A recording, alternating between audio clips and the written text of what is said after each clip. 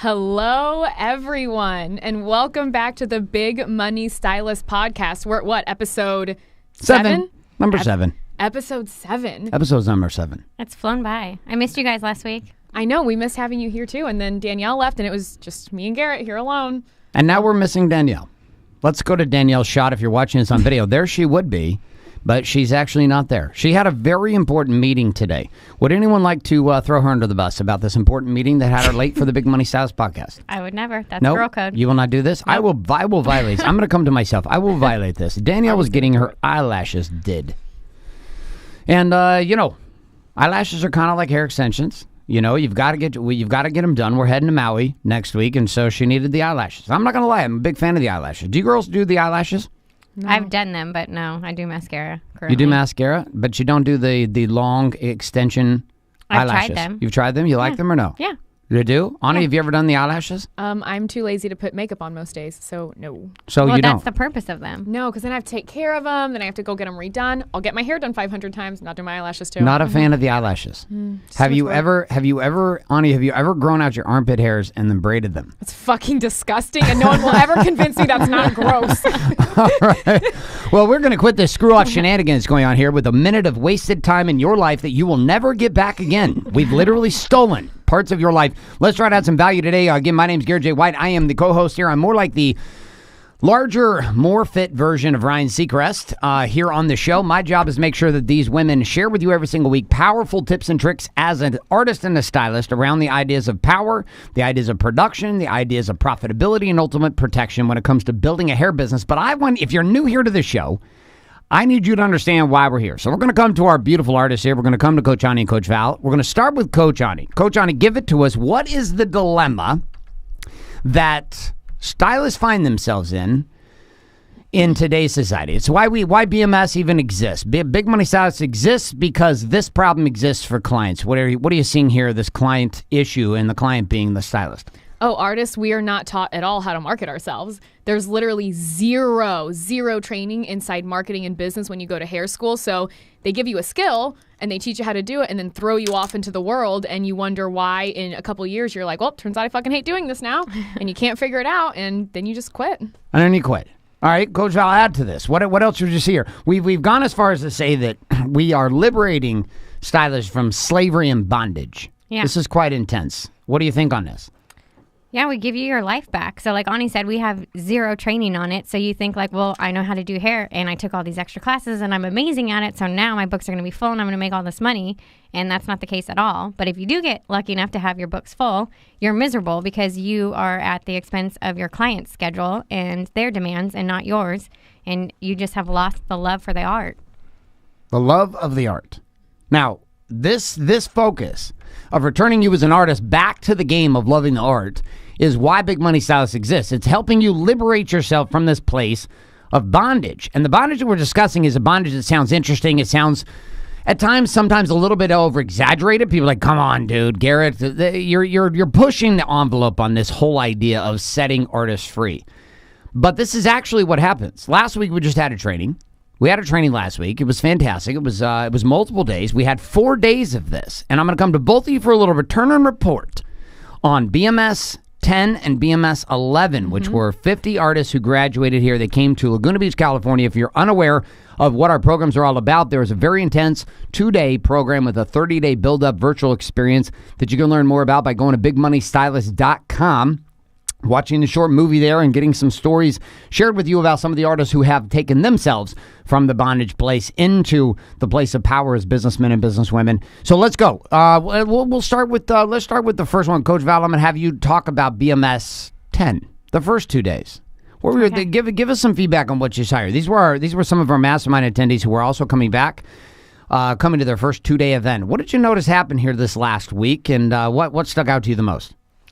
Just their mind shifts, like still shifting. They got a little taste of it, obviously, like at convention, but we go in way deeper at our BMS intensive class. So getting to see their personal numbers, their personal, what their business currently looks like, and showing them this is how we can get you to a different place, and them having that like light bulb go off, like, fuck, I never knew that this was possible. And for them to have this like strategic game plan of how they're going to achieve their goals, and them like making promises to themselves of what they were going to do next to reach those goals.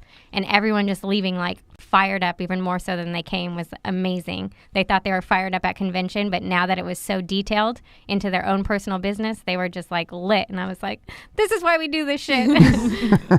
So give it to me inside of the game of BMS convention versus the intensive, and then we'll come to BMS 11. Coach Johnny, what are you seeing here? What's the difference? Like, somebody may hear this, and an artist is hearing this, and they're like, what is this convention versus an intensive? What's the difference between these two? Because we have a couple conventions happening this year. We got 3 of them happening. But we also have the intensive. Talk a little bit about the difference between the two, and then we'll get a little return report here on BMS 11. So BMS convention we held for the first time in December in Huntington Beach, and it was 165 artists. So this year we're actually doing them with 300 artists, which is going to be so good. But it's really cool because it's a very big group. There's a lot of high energy, and you are still learning the methodology of NBR and then business and marketing tactics, but it's not as in-depth as it could be because there's 300 people in the room. Right. So when you come to BMS Intensive, we cap it out at 20 people. There's a lot of one-on-one training with myself, Coach Val, Coach Mackenzie, Danielle and Garrett. Like, it's just so much more personalized for each person that I feel like when they leave, they have an even bigger grasp of what they need to do. And BMS Convention is something that our artists who are part of our mastermind, the BMS Mastermind, which the only way you get part of the mastermind, where we go through deep dive sales training, marketing training, and a bunch of intense experience around that. We're going to talk about a bunch of that today. We're going to introduce some ideas around marketing and production, which we're going, is to actually be a graduate of these events. There's no way into the mastermind unless you've gone through it, because part of the reason why is that it is an actual hands-on training. Mm-hmm. This is not a look and learn. I'm not going to sit there and just watch from the stands about what's happening. So tell me a little bit about this. I'm going to come Coach Val, and then I'll come back to the BMS report. Why is the hands-on portion of NBR and learning it this way, and particularly under the fact, beadwork, beat down, and like the intensity that we throw around the training, why is the hands-on so important to Natural Beauty Rose? Most artists, we are hands-on people. That's how we learn. So when you go to classes and you're just sitting in the back and watching slideshows, you are not fully grasping it. And then you do the hands-on training, and then to have people who are super successful in it to be there to say, hey, hold your hand this way.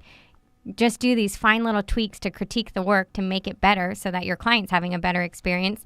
And then we put time under tension. We give them like pressure so that they can be faster at it. Like, okay, cool, you got your beadwork down. Now do it with a timer going, because realistically in the salon, that's what's happening. So we put pressure on you. We make sure you're doing it correctly, but then we do it in like such a fun environment that it's not like a prison, like Nazi camp. We're having a good time, but we're out to get results for everyone. And so we found that this is like the most effective way to do it. Hands-on training, and then put some like tension and competition with it, and everyone thrives. Tension and competition. I like how you tied those together. Those are fantastic. We had a little bit. There was actually a boxing bell that was brought in. I required my teams to bring in the boxing bell. I have boxing arenas that we use for our warrior programs where men actually box. In this, we do not require any battling to go on, but we do have the beadwork beat down, which brought the bell. I'm not going to tell you more about this experience. You're going to have to come to the intensive experience. So just know it'll be one of the peak experiences of your entire life. All right, let's come on over here. Coach Johnny, give me a return report here on BMS 11, because we had another group of artists. We had 2 that came on Tuesday and Thursday. Then we had our brand new group, which was individuals who have never been to any of our trainings before, showed up for 2 days, and talk through your highlights from BMS 11.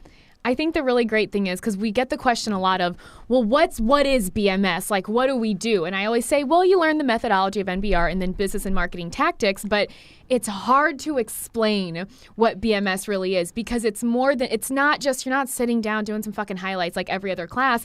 It's an experience, and it's not just physical with like the beadwork beatdown, but I feel like emotionally, mentally, spiritually, it's just so much more.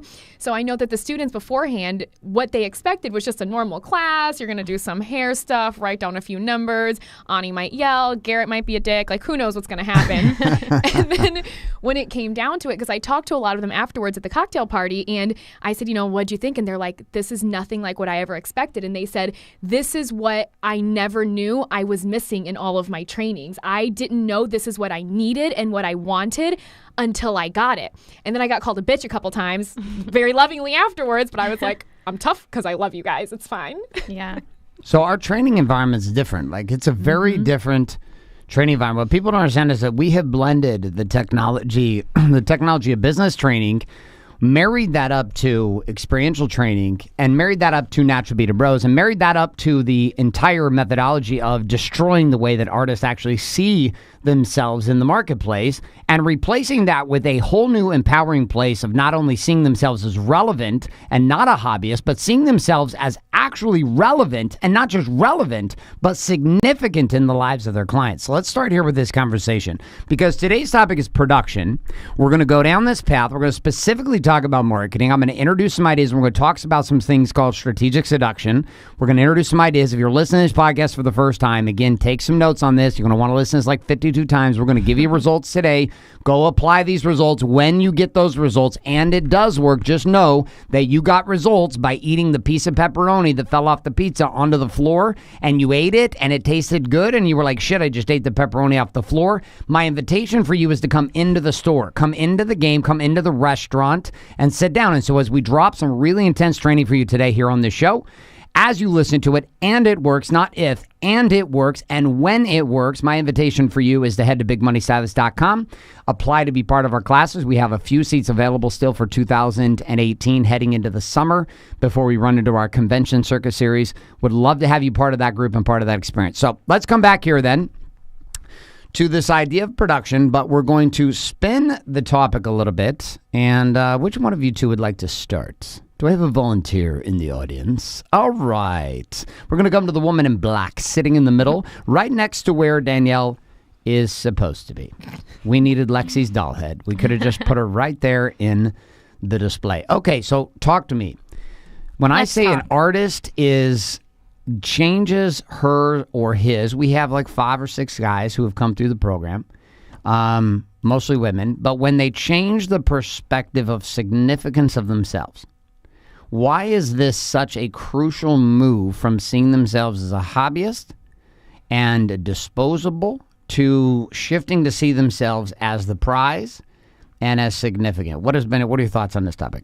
It'll completely change how you do business. So I think it goes back to like your place of power that we talk about. Like you have to have that confidence and have that mind shift so that you can believe that and market yourself as such. If you don't see yourself as that, as like the prize, and you don't exude like the confidence of the talent that you have, then if you can't do that, then no one else is going to look at you at that way. And really the whole point of like, you can't produce any results if you're not marketing. So you have to like stand in that power to produce, to do the marketing, to even be able to do NBR, you know? Yes. Okay. Now part of this means that if an artist doesn't see themselves as significant and doesn't see themselves as valuable, Coach Ani, give me how this affects their marketing, because we're about to head into a marketing conversation. If I don't see myself as valuable, what do you see happen for artists before they come to us?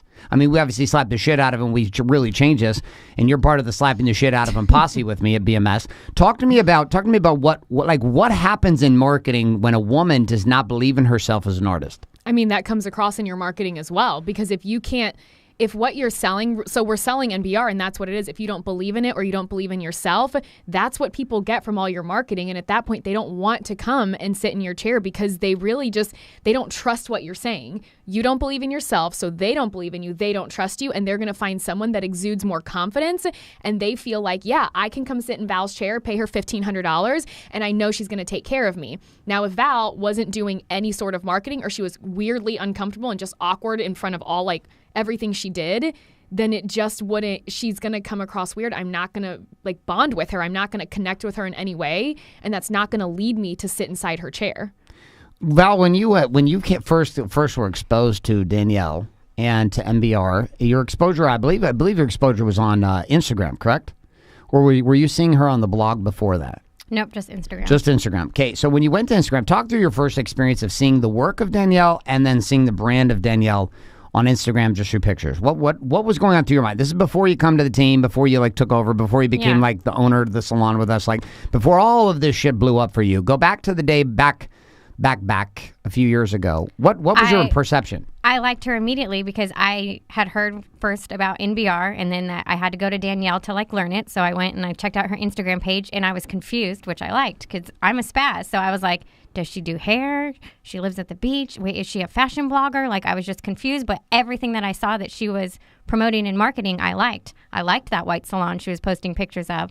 I liked all those beach pictures. I liked her cute outfits, and I loved the amazing hair. I'm like, she's not just one thing, she's a million things. I like her already, So I already had a bond with her because I liked all the different pockets of her that she was sharing with everyone. She wasn't just sharing just the hair. I felt like I knew her on a different level. How do you feel like this impacted your ability to trust her? Being able to see these pictures, because everything inside of our ability, and we're going to move into stage 1 of strategic seduction here with production. Okay, we have power, which we talked about last week, and we talked about how I need to charge myself up. We talked about power now twice on this show. We're now moving into production again. We're specifically going to look at marketing, and we're going to look at the first stage of 6. So if you're listening to this show and you're going to be part of this experience, well, if you have patience over the next 6 months, you will get to learn strategic seduction because I'm going to teach you one piece every show, but that show's every 4 weeks, which is production, and then 4 weeks later, we'll come back to it again. And so in roughly 6 months, you'll be able to go back on all the production shows and you'll know strategic seduction. Or guess what you could do? You could go to bigmoneystylist.com and you could join us and we could just teach you next week. And inside of that, you could start moving forward, having success already. But for the rest of you, let me prove to you what we got going on here. Communicate message, stage number 1. It's the only place we're going to go to. We're not going to talk about anything else. Just communicate message, which is stage number 1 is strategic seduction. Let's back up from this, though. Coach Ani, what is seduction? Seduction to me is getting someone from one place to another, but where both parties are happy. It's not manipulation, which I feel like can be a very fine line for people, because when you manipulate someone, you're convincing them to do something that they don't want to do. With seduction, there is no convincing. Like Val, I was seduced to come to California, not because my arm was tied behind my back, not because I was forced to, but because I saw something I liked. I knew where the vision was, and I was like, oh, fuck it, I'm all in, I'm going forward. So that to me is what seduction is someone choosing to do something because they like what they see, they like what they hear, they like the message that's been communicated to them. Okay, let's add to this. What are you saying here, Val? Strategic seduction. And kind of in adding on to what Ani said, I agree with all of that. And then in tiny baby steps. So it's not just one leap straight there. It's just kind of a little yes here and then a little, I'm going to go a little further, which I like. I mean, there's some decisions that you're all in, but I like still feeling like I'm in control. So I know I'm being mind fucked by other people, but I like to still think I'm in control and taking those tiny steps yeah, okay, that's one yes.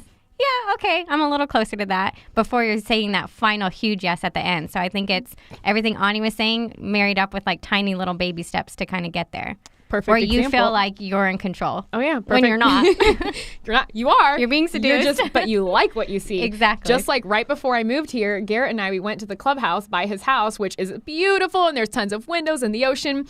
And the way he sat and the way for me to face him meant I was looking at the ocean. And in my head, I don't even know if I told you this, I was like, fuck you. I'm not looking at the ocean because I know what you're doing. That's part of the seduction here. And I'm not going to look at the beautiful water and the sunset. I'm ignoring that. I'm just going to look at your face and look no right one says indoors. no to the waves. Exactly. That's why I'm not looking at the ocean. I know what you're doing. That's right. We're using the beauty of the ocean to seduce you to us. So this entire game that you're talking about inside of Communicate Message, this strategic seduction is the big frame of getting individuals to take yes momentum, small steps, right? So regardless of how much I'm charging, let's say that I'm charging, $200 for a color, I'm charging $300 for a cut and a color, or whatever it is I'm doing, or whether I'm charging $1,500 to $2,000 for natural bead of rose, which is the pricing inside of this unique method with what we train on here.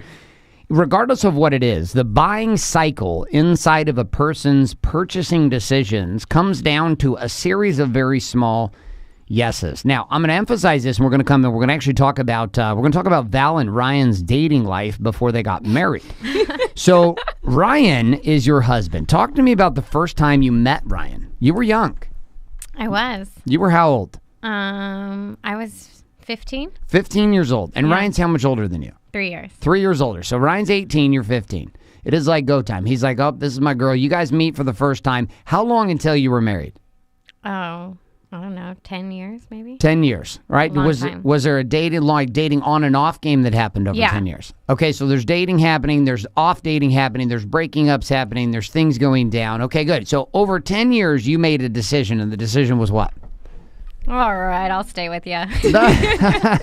All right, I'm going to have some babies with this one.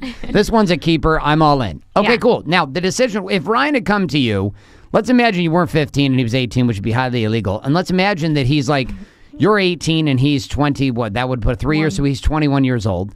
And you're meeting Ryan for the very first time, and Ryan comes right out of the gate in the first week of dating and brings out a wedding ring and then proposes to you. The answer is?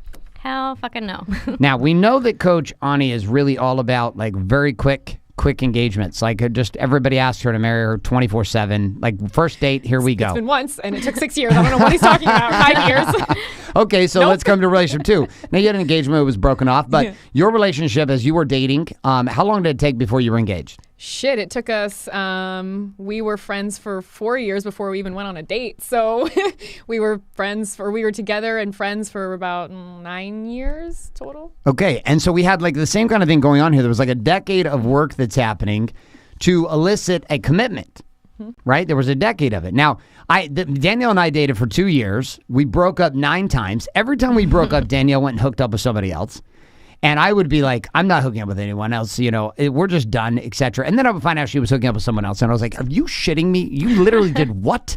So, but I get it. She was 18. I was older. I mean, I'm 7 years older than her. So I was 25. So, I was playing the same game here. So Danielle and I would break up, and it took 2 years. And then it took like another 10 years for us to actually become committed to each other, even though we were married. And what I mean by that is like just emotionally saying, okay, I'm all in. Let's do this, ride or die. There was always kind of this sense of like, this shit might not work out. We probably aren't going to last. And then that shifted and changed. My point being is that all of this takes time, right? Big decisions take time. Now, let's bring this topic around to the commitment of natural beaded rose. So, Coach Ani, give it to us. Like, why is this a decision that's actually one that cannot be made? Like, I'm not going to talk to somebody today and they're going to get extensions in 5 minutes. There has to be there's a process of seduction that happens. Why is that so important when it comes to extension work and obviously doing higher end services like we do here with Natural Beaded Rose? Well, I think definitely the part is you don't want to get buyer's remorse, because it's even, I know for myself, there are times I'm shopping and I grab like a sweater, then I'll hold the sweater, I'll walk around with it. I keep looking at it. I'm like, I don't know, maybe, I think I might get it. I guess it would be cute with those pants. And it takes me an hour of holding the fucking sweater to either buy it or be like, don't want the fucking sweater anyway. So, but it's the same with NBR. It's not something that you can, paint your nails 20 minutes later, like, I don't like the color, I'll change it. It is a commitment. And so I feel like when you start being seduced by the NBR, you see the pictures and you're like, well, my hair looks like that before picture. I could, can my hair actually look like that? And then you're like, well, she did it. Maybe I could do that. No, I'm not going to do it. But if I were, gosh, I guess my hair would be pretty. And it's just like constant. But the last thing you want, if you rush too far forward and you if you convince someone to do something and they don't come to that conclusion themselves, it's buyer remorse, and then nobody's happy. They're not happy with the end result. They're pissed off they paid the money, and then you're going to be triggered as fuck and upset because they don't like your work and you're taking it personally. It's just no one's happy at that point.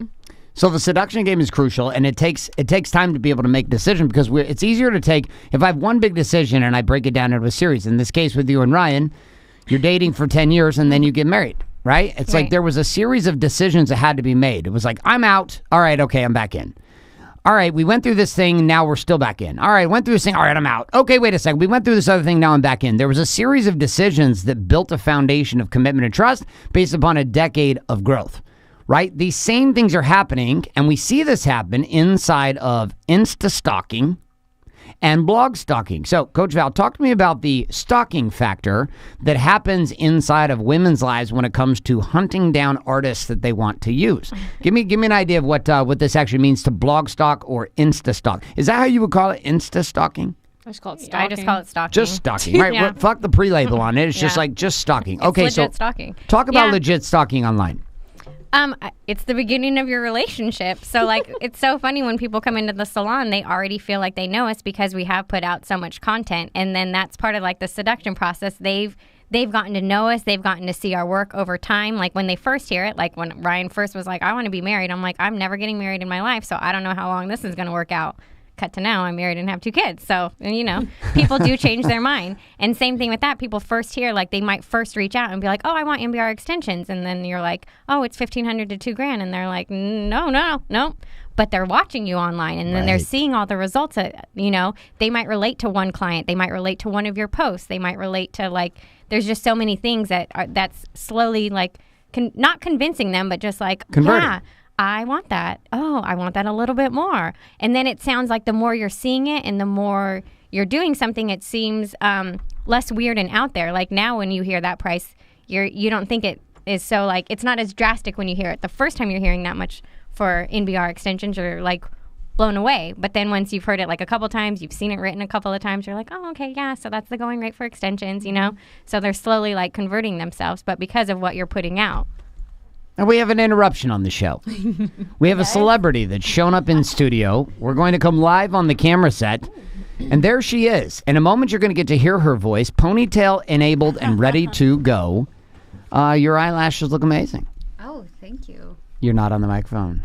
Thank you. And who are you, ma'am? Yeah, I'm Danielle. I'm here for the show. Oh, good. Hey, welcome to the halftime show. Your halftime show is Justin Timberlake during the Super Bowl, and the halftime show here at the Big Money Style Show is Danielle. So, Danielle, I'm the halftime show. I'm gonna ask you. I'm gonna ask you a pretty straight question. You ready? Sure. All right, here it comes. This is a big one. I'm nervous. Are you ready to do this? I'm ready. Are you focused? I'm focused. Okay, it's a game. You got your game face on? I mean, this is a really hard question. I got my game eyelashes on. You got your game eyelashes I'm on. ready. Okay, good. Why do you do eyelashes? Why do you go get your eyelashes done? That's the question you're going to ask? Yep, that's a big one. You know what? I've actually never really done eyelash extensions, and then I was like, hey, I'm going to try them. We're going to Hawaii this week, and I'm like, hey, that'd be nice. And I didn't realize it took so long to sit there. It gives me so much anxiety. I'm like, oh, my God, just glue them on. Let's do this. Okay, so you went there because why? What were you hoping to find by getting the eyelashes? I feel like, what I noticed, because I hadn't gotten them before, and this was my first time getting it. Well, this is my second time, so I got a fill done. And the first time I got them done, I was like, oh, this feels so weird. But I like waking up and feeling like ready and done. Kind of like MBR. Oh, you might call that a segue. Okay, so we were discussing eyelashes before. Val had eyelashes before. Ani has never had eyelashes. She is anti-eyelashes extension. I'm just lazy. She I don't want says to she's take care lazy. of them. Oh, yeah, I know. Do you have to use some therapy? Like to the eyelashes? You have to get them done every 2 weeks. Like MBR is every 6 to 8 weeks.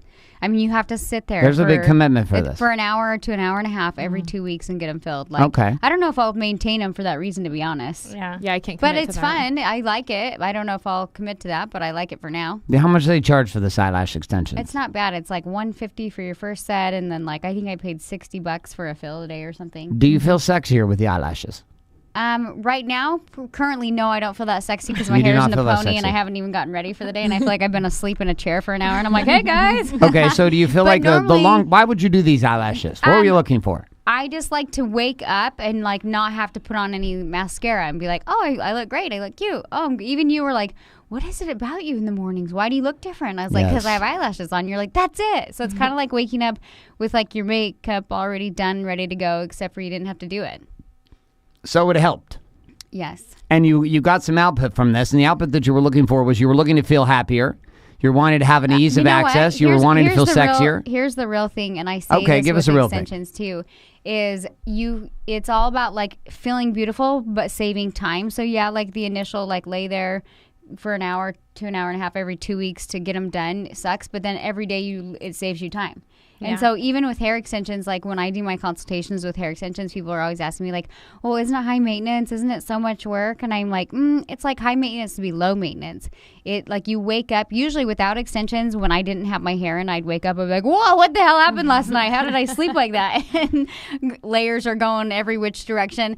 And then with like extensions, like people are like, how do you sleep on them? I'm like, you just sleep on them like hair. And then you literally wake up because they hold curl so well. You wake up and I'm like, oh, hey, my hair looks exactly like it just looks like Victoria's Secret hair. Like when you wake up, which is something I couldn't experience without hair extensions. And so lashes are kind of the same way. It's like high maintenance to be low maintenance. You wake up and you're like, I woke up like this. Hashtag I woke up like this. So, Coach Ani, hearing this inspirational speech, are you slowly being seduced under this communicate message topic to get the eyelashes because it will actually save you time, not take from you time. What are you feeling about this right now? Are you feeling seduced? I feel like I'm a monster client because I hear and I'm like, yeah, that would be great. But then I'm like, oh, I still have to go back every 2 weeks. I'm not fucking doing that. I don't have time to sit there for an hour and a half every 2 weeks. So for me, I know myself as a client, I am a hard sell. It's not easy to convince me of anything. I'm not going to say it's because I'm hard-headed or stubborn, but that could also be it. So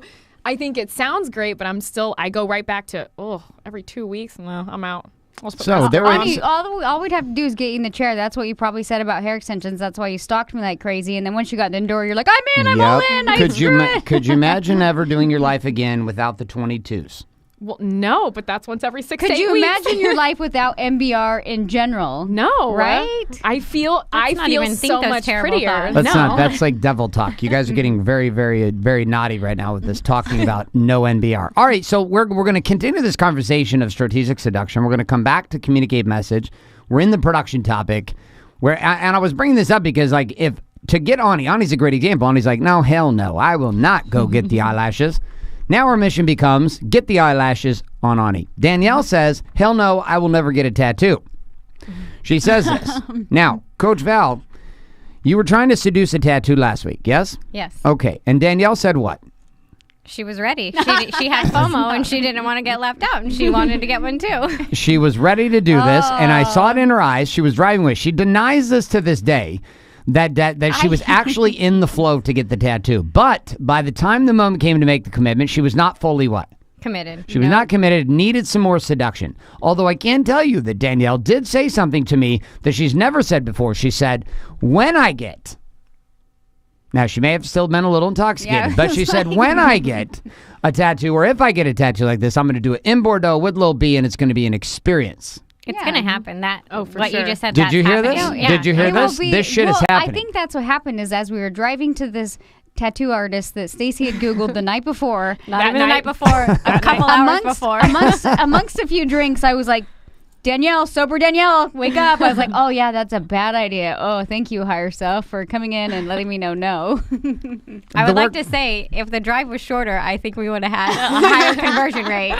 Okay, so we're seeing some favorable conditions. Across my back. You would have added 4 triangles to everyone, and then Ani would be feeling completely left out with no eyelashes and no triangles. I have enough tattoos, it's fine. Danielle already converted me on the shoes. I'm pretty good at this point, so it's fine. You've been close. I'm the easiest sell ever. I'm like, that sounds fun. We should get a tattoo right now. Life easier.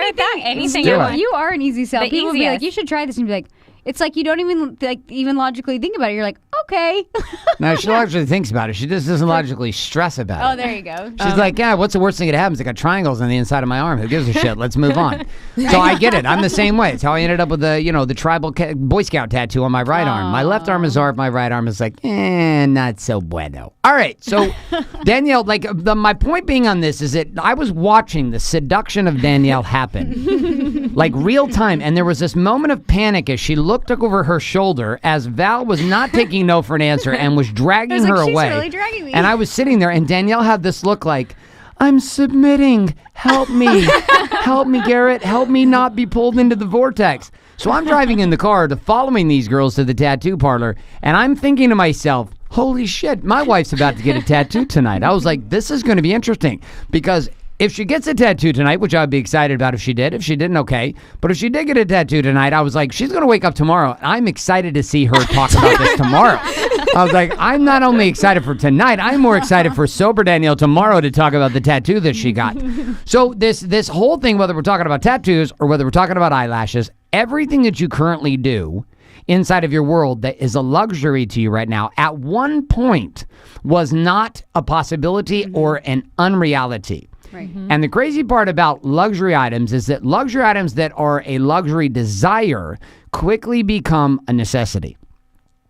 Right? It becomes a necessity. And this is the beauty of Natural Beauty Rose, the fact that we created a method. And Danielle, I shouldn't say we didn't do shit. Danielle created a method that allowed for this thing to be experienced. Whereas a luxury buy, which initially happens, then becomes a necessity to life, because a new identity is created inside of this. Now, let's come back to this idea of seduction. Danielle, we never asked you, what do you think seduction stands for In your world, how would you describe seduction? What does this mean? Converting someone's mindset to get an outcome. Wow, that was simple. Welcome to the Wikipedia definition. That was fantastic. I appreciate where you went with that. Okay, so communicating a message, where we're going to start. Coach Ani. Yes. What are some of the ways that we communicate a message as artists to the marketplace in our marketing? What are some of the ways? Give us one way that an artist can communicate a message to the marketplace. The easiest and most common is pictures. Pictures. Okay, Danielle, I'm coming over to you with photos. You started down the path with pictures, but you became a bit of a psychopath with the pictures. You actually went through like a whole bunch of cameras. I had to spend all this time with you trying to help you with Bluetooth connections to photos, etc. Still working on it. Why did you become so obsessive about the types of photos and the quality of the pictures that you were putting out to the marketplace? We already discussed that they seduce the shit out of Val, but why did they become important to you? I just think, well, speaking from a hairstylist standpoint, or really with anything, like a nice picture is what initially draws me in, especially in the hair world. And so a lot of times in the beginning, I felt like my work was good, but it wasn't seducing people. It wasn't like, oh my God, I want to be her. I have to have that.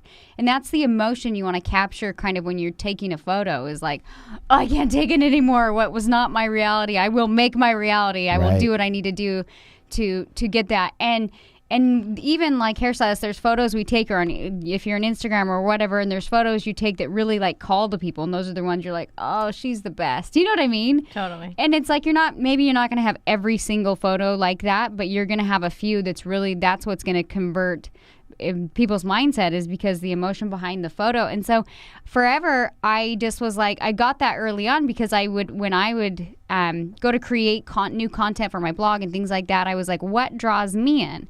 And I'm such a visual person, and even with hair or beauty or blogging or anything like that, I was just like, what draws me in?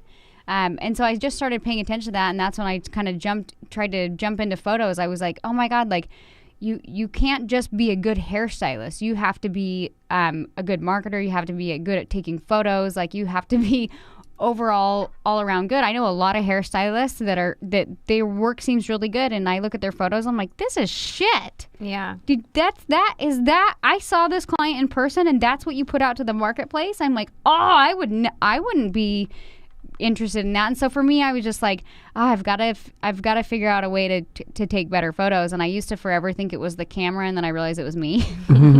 So I kept investing in like super fancy cameras and lenses, and then I was like, okay, I'm going to go back. I'm just going to go back to my regular, not iPhone, but I did the Canon Rebel is what I use. And I just went back to that. And I started focusing on like poses with the clients and hair and styling, and took a lot of time to really like look at my own work and think, is it as good as I think it is? And could it be better? And so I think a lot of times as an artist, they think, well, my work's good. I just can't get the right photo. And then sometimes you have to take a harsh reality. Well, is your work that good? Yeah. You know, and for me, looking back at my photos has made me become a better photographer and a better hairstylist, because I can kind of figure out what I'm looking to really like. I want to look at it and be like sold and be like, oh, I want her color hair. Like, you know, it's like my own client. And I'm like, I want to be blonde, even though I don't want to be blonde. But I'm like, maybe I do. She's so hot. Maybe I do. So Coach Val, let me like expand on this in your world. When did photos become like quality photos? Like the work that you put out is intense. I know sometimes I bust your balls about your white borders around your pictures. Which they're back in the game. I don't know if you got the memo. Yeah, I know. I saw they're back in the game. I was vetoed. I was literally vetoed on all of these white borders that are now back in the game. No, but I do like your before and afters with it. Yes, but listen, like regardless of borders and my ridiculous opinion that gets rejected 90% of the time around here, but the 10% it's accepted, we dominate with. All right, come back to pictures. When did pictures, Val, for you become like really important as an artist? Because we see a lot of artists that come through here with BMS, and I see a lot of Instagrams that look like shit. I see a lot of like no picture taking at all of clients. They're amazing artists. It's like one of two things. They're like amazing artists and they don't take any pictures.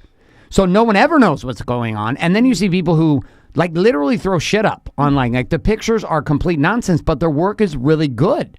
Talk about when did pictures become something, and photos of your clients, when did this become like really like bam? Because you nail it. I mean, you've got an entire collage of, hundreds of clients now, before and afters inside a natural beat of rose. But what are your thoughts on the photo side?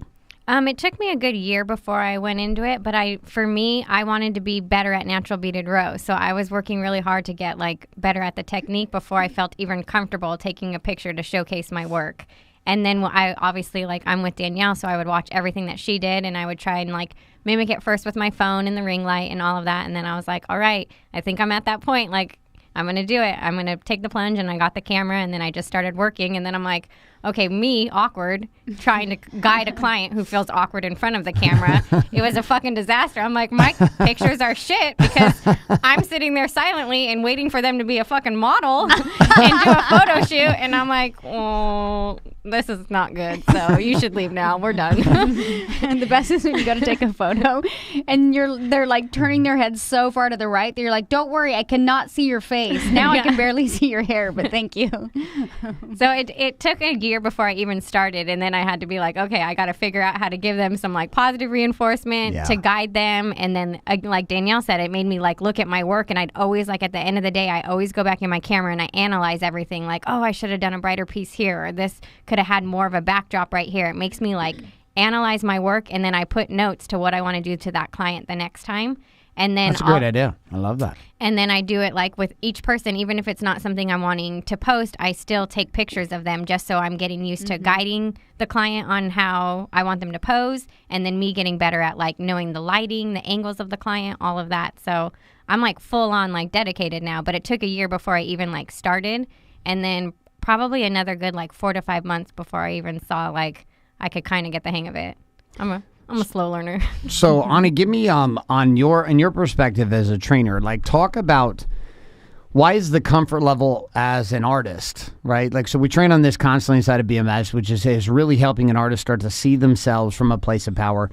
But how do they actually fuck up their marketing by being out of power when it comes to photos? You know, you heard Val say, listen, I kind of felt awkward about it.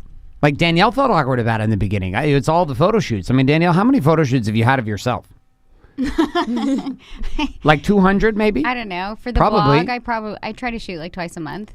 So like, and you've been doing the blog for like 8 years? No, it's for probably since Ruby was born. So 7 years? About almost 7, yeah. 7 years on the blog, and we're looking at, 2 shoots a month? Probably. So we're looking at like, 2 shoots a month. You're looking at 24 shoots for the year times 7. So you're like 150 shoots? You know what though? It's a lot of photo shoots. And I still feel like somewhat awkward sometimes, but I just continue to do it because I like when I shoot with a photographer, it helps me to understand lighting and posing. And I think, I'm a confident person, but I don't like the photo shoots aren't my favorite thing to do. Like I still to this day feel a little bit awkward, even though I feel like I'm a confident person, but I do it because I'm like, oh, I want to like create more of the brand, and I also want to I think it's helped me a ton with like directing clients and like different angles, and specifically with lighting, like natural lighting, because I only shoot for my blog in natural lighting. Got it. So and there had to have been a direct connection between your comfort being on the camera versus also being able to help your client be comfortable on the camera. Right. Kind of a connection there. So I have a little announcement to make here on the show. Okay. Little announcement. I'm pregnant. No, I'm not. Let's come to the real announcement. The real announcement is starting officially in this month of February. We have every 2 weeks a photo shoot that will be happening of your 2 favorite artists here on the Big Money Stylist podcast that you'll begin to see on their Instagram pages, not just pictures of hair. Congrats, Ani and Danielle. Yes, all right. I'll believe this when I see it. All right. Well, I'll tell you what, I was there getting my pictures taken by myself and with Danielle, and we have already coordinated with the photographer, and your photo shoots every 2 weeks begin next week. Congratulations, ladies. Congratulations. For all those who were wanting to see the cute outfits that you're never going to see on our stylists and trainers here at BMS, well, don't worry. Maybe it could just be a hairstyle. No, it's coming straight pictures of looking fantastic because both our girls are amazing. They're powerful, and it's time for them to be in the front and have the camera taking pictures. I'm going to need this schedule, please, so we can coordinate, because you like to throw shit out sometimes, Garrett. That's right. Don't you fuck up my schedule. Nope, this is how I do it. All right, cool. So the announcement's over. Let's continue with strategic seduction. Second way, Coach Ani, that we can communicate a message as an artist to the marketplace. What's another way? We can do pictures. What's one? What's videos. Another? Videos. Ooh, tell me about videos. Well, you can do it many of ways. They can be live videos on Facebook and Instagram. They can be YouTube. They can be fun and about your personal life and whatever you're doing that day, or they can be even in the salon of you doing hair. There's so many different ways and topics it can go. It's endless. Now, you are a fan of the video, yes or no? I am, yes. You are. You're very good on the video. So what have you noticed? What did you notice happening for you when you started doing video? Because this is not something that most artists are doing. Most artists are hiding behind cameras and taking pictures. You two are not one of those artists anymore, because I'm very excited about the fact that you're both not only on the other side of the camera with video, which happens right here every single week, both in studio with training and here. You've gotten very comfortable. You're also going to be on the other side of a camera getting pictures taken of you being models, which is great. Being models. Val's so pumped. So pumped. Are you going to be drinking tequila during your first photo shoot? Listen, For sure. I already got a fifth at my house. I got you. All right. Okay, so come back to this. Like, why is video so important, though, in the game of sharing content with the marketplace in this communicate message phase of seduction when you're an artist? Like, why do it when most artists are only taking pictures, and of those, a vast majority of them, their pictures are shit? But now we've got this other group of artists who's willing to do video. Talk about the crucial side of this and what you see this do for an artist. Well, you kind of just said it yourself that most artists are not even doing videos. So when you're an artist who's doing something that's out of the norm, you're already standing out. And on top of that, I think the great thing about videos is people see you. They see your personality, how you talk, how much you curse, your arm movements, everything that you do that makes you you. And that's what attracts people to you. So when you put yourself out there more, the right kind of clients come in, as opposed to the ones where, like, if you're heavily tattooed, like me, you, and Jonathan from the last class, you feel like you have to hide yourself because they might not accept you. When you're in a video, there's just really no hiding. It's just you. This is how you are. And the people who are like you and the message you're putting out, they'll come to you.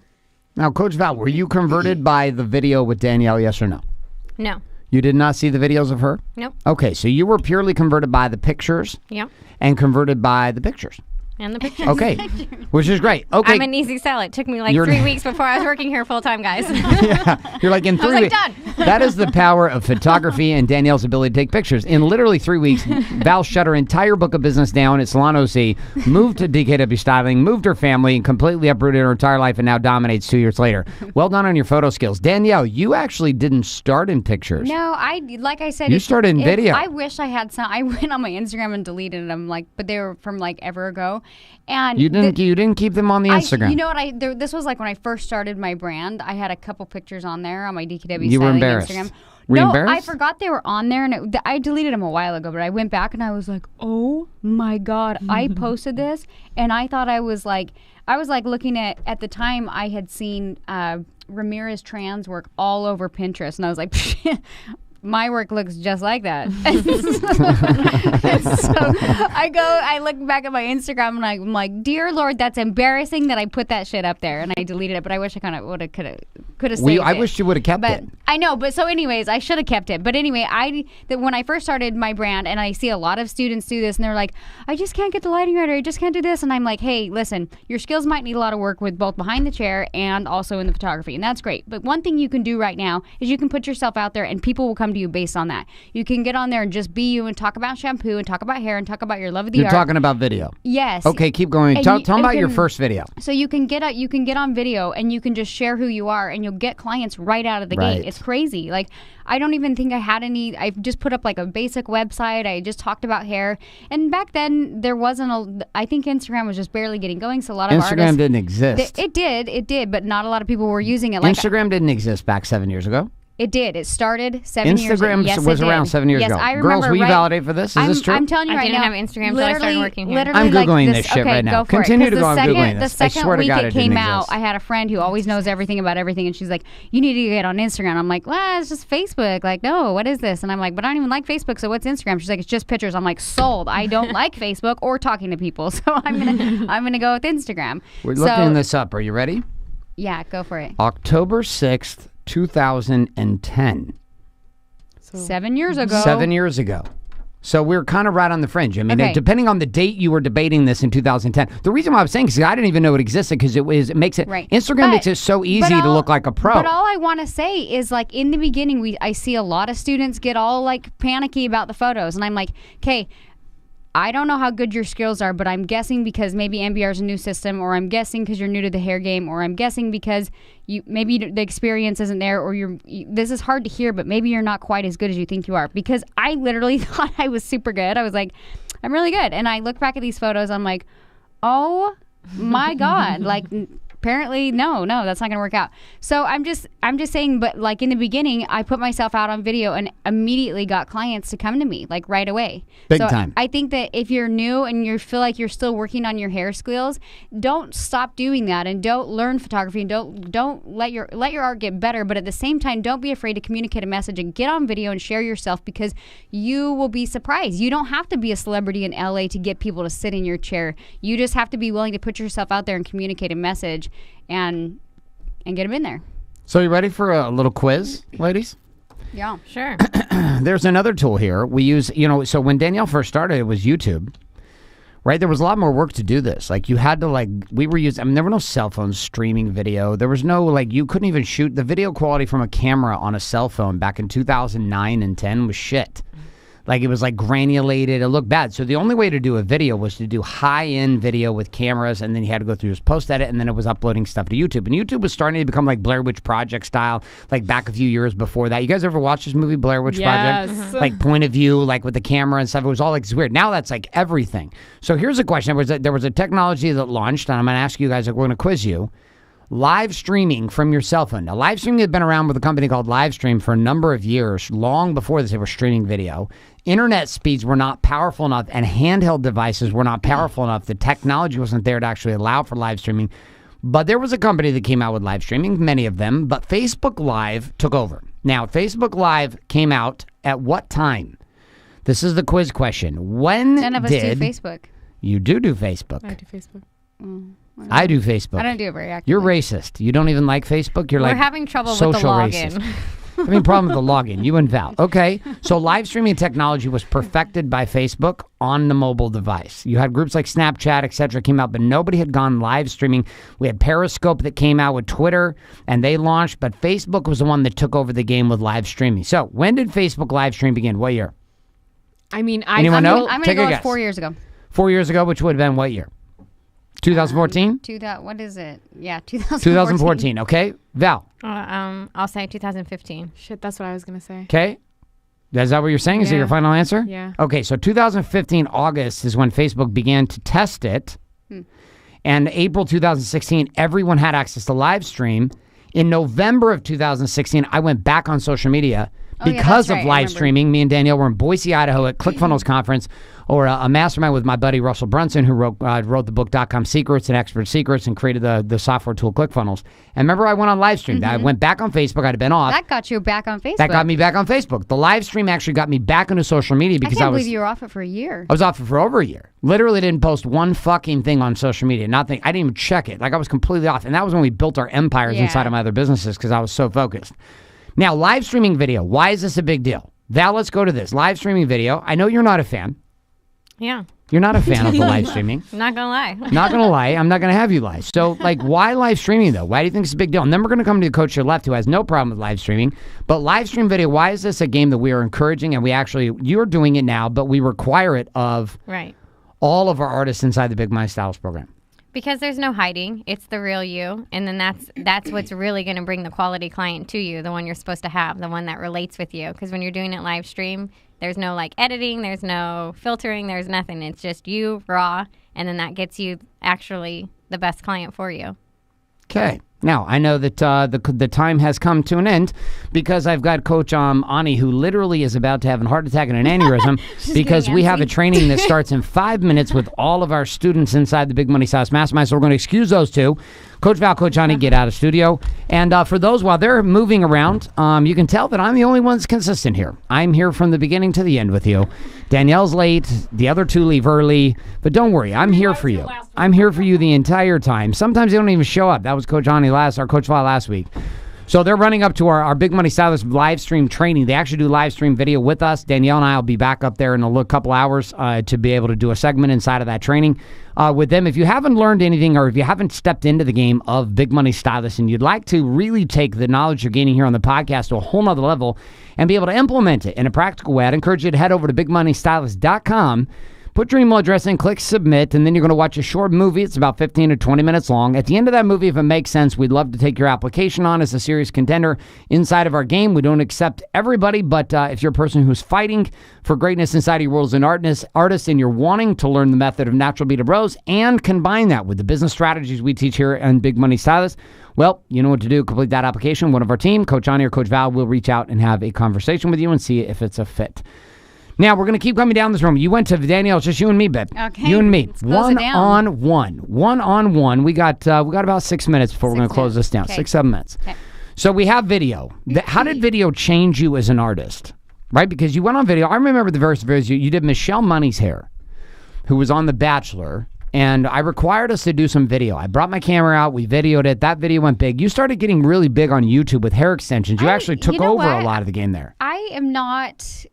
I would say I'm not super outgoing, but I'm comfortable with me. And for some reason, when I got on video, I think in the beginning, I was like trying too hard, and I was like, I gotta not be me, and I gotta be like really professional. And then I went back and like watched my first few videos, and I was like, okay, I'm in my bathroom. It can only be so professional. So maybe I should just not fucking care and just be me. And so in the beginning, I always felt somewhat comfortable on camera because it felt. It actually felt for me like a place where I didn't have to hide, where I didn't have to be something I wasn't. It felt like I could just get on and like talk to my girlfriends. And I remember like thinking that when I would get ready to go do a video, I would take notes of things that I wanted to cover. And in the beginning, it's funny, with YouTube is where I started, and I actually didn't know how to edit. So for me, I was like, I got to nail it in one shot. So for me, it was very raw. It was very live. It was very just like, hey, here's me. And I would just take notes on what I wanted to talk about, and I would just tell myself, like, just pretend like you're talking to a group of girls about hair, or some of your girlfriends. And then I didn't really have a big following, or I didn't really know how the videos really worked. I just knew that I needed to like start putting stuff out there. Right. And so that's what I did. I would just get on and be like, hey guys, like, let me talk to you about this, and let me show you this hairstyle, and I got this wand, and da-da-da-da. And I'd watch other people's videos, and I was like, okay, I really like this person. She's just showing me how to braid her hair. I like her eyeshadow. Like, and you begin to feel like at this level of, and it's funny because the hair videos on YouTube that were way too professional, those were people I would never continue to follow. So if I found a random like L'Oreal or Redken or whatever with some famous artist like doing some work in an all pretty white room, I'd maybe watch one, but I wouldn't connect to that person, and I wouldn't continue to follow it. Just every now and again, I'd be like, I just wouldn't follow them. And so what I realized is like these girls that are just sitting there, you know, talking about products or mascara or whatever it is they love, I connected to it with them, and I continued to follow them. And this started to convert my mindset to be like, all of a sudden I'm buying all these new products, and all of a sudden I'm buying like all the whatever they're recommending. I'm like, oh, thank you so much. I love that. And I look forward to your videos. And I was like, oh my God. And that's when it clicked. I was like, I got this. I'm just going to like share products and then share why I love extensions and how I created this. And people started to relate right out of the gate. And that's kind of how I got started. And that's why I think when we talk about converting mindset, or what was the communicating a message, like for me, oftentimes I think that people try to play it too professional. And I'm like, you're not at that level. You're not. So why don't you just like bring it down a notch and kind of try to communicate a message to people like you. A lot of people that sit in our chairs are people like us. They're people like, you know, that you'd maybe want to hang out with, maybe not. But either way, if you communicate that message, you're more likely to get somebody who kind of generally vibes with you, and it becomes an overall better experiences versus just having somebody come sit in your chair who doesn't vibe with you at all, and then maybe their style's different and they don't even like the overall outcome that you're giving them. So it not only helps convert the mindset, it makes the sell better, it guarantees a longer relationship with that client if you can build a personal brand with each client. And that's what I don't see enough hairstylists do. And the ones that do end up kind of like taking their brand to a whole nother level. So we've discussed today inside of stage 1 of strategic seduction, which is communicate message. We've gone through these ideas of what seduction is. We've also talked about how video and picture are two of the primary modes of communication. In the next round, when we talk about production here on the show, we're going to discuss text, blogging, email copy, sales copy, and why what you write actually matters. We're also going to discuss techniques with audio, similar to what we're doing here in podcast format, but also how to use audio with your clients and how to use audio inside of your marketing to actually be able to take your communication factor with your clients to a whole nother level. But when you've got at least a trifecta, the dual factor here of the picture and the video, you have this ability to pre-frame a message for a client and allow them to receive the buying conversation from a totally different perspective. And so if you're an artist that's sitting here and you're not taking pictures and you're not improving your work with your photos, and you're also not doing live stream video or doing video online and posting it for your clients to experience of you, if these two things are not happening, you can be guaranteed that your current client value and the current dollars that are represented inside of the salon, the quality of the clients and the price points that you're currently positioning at will be low. The clients will be less than desirable, and the dollars made will be less than desirable. All linked because you're not putting yourself out there with two things, photo and video. And like I said before, 4 weeks from now, when we get to the next production game, we'll come back around to the conversation of copy and also the game of audio. We're going to wrap up today's show, though. We're going to wrap it up on communicate a message. Danielle, you got some final thoughts from here on just the necessity for them to begin seeing themselves as a marketer. I would say, honestly, don't be afraid to be you and kind of let your personality show a little bit. I know a lot of artists think, well, I'm not you or I'm not like that. I'm like, okay, well, there's going to be people out there that relate to you and who you are and where you're at. So I just say be you and also be consistent with it. I know when I first started just like putting myself out there or getting on camera, I would even watch my videos of myself back and I was like, oh my God, why do I sound like I'm really angry and I'm showing no emotion? I feel like in person, that's not how I am. And so I really had to kind of go back and be like, no, just be you. Like you're with your girlfriends, you're having a good time, you're excited to be here, and let that excitement show on camera because I felt like that's who I really am. And so go back, if you're going to do videos, whether they're live or not, like be a little bit more animated. Do you know what I mean? And so it's like a fine line of be you, but be camera you, you know? Mm-hmm. So I would just encourage everybody to be consistent and communicate a message with just kind of, you don't have to be so pitchy. You can like share ideas and concepts and things like that. And then you can kind of help to convert their mindset. They'll eventually follow you. And then it's like you just attracted the client of your dreams. And there you have it. Welcome and thank you for being here in episode number 7 here in the Big Money Stylist Podcast. Again, as always, we would encourage you to subscribe to the show here in iTunes, Google Play, Stitcher, SoundCloud, and soon coming to Spotify. And also leave us a review. Let us know what you think about the show. We're currently sitting number 7 actually overall in all of arts. We've moved to number 1. We've kind of been all over between 1 and 10. Would love your response there. Also, if you're looking for the action guides from each one of these shows as well as the show notes, you can always head over to the video, audio, and the text format of this show by going on over to bigmoneystylistnow.com, where you'll find all of those resources. For all of those looking to take this further inside of your training experience, we'd encourage you to head to bigmoneystylist.com, where you can watch a movie and apply. My friends, thanks so much for being here. This is Garrett J, your co-host here in the Big Money Stylist Podcast, saying thank you so much for being here, and we will see you next week.